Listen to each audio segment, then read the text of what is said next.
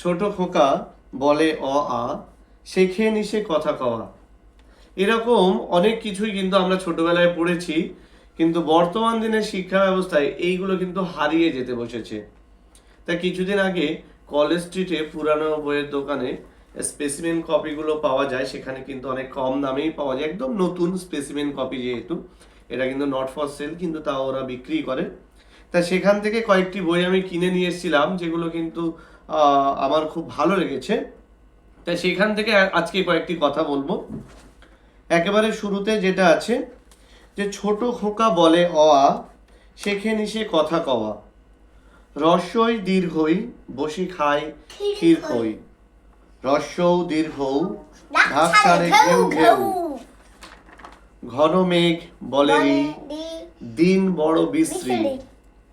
বাটি হাতে এ ওই, ডাক পাড়ে ও। তা এখন আমার ছেলের কথাটাও আপনারা শুনলেন। অ্যাকচুয়ালি ওকে এগুলো কিন্তু আমি ওর স্কুলের সিলেবাসের বাইরেও কিন্তু এগুলো পড়িয়েছি, কারণ এগুলোও কিন্তু ওদের জানা প্রয়োজন। যে দেখুন, আগে আমরা যে ছোটবেলায় কবিতাটা পড়তাম, যে কুমোর পাড়ার গরুর গাড়ি, বোঝাই করা কলসি হাঁড়ি, এই ধরনের যে কবিতা, এগুলোও কিন্তু বাচ্চাদের শেখানো প্রয়োজন আছে।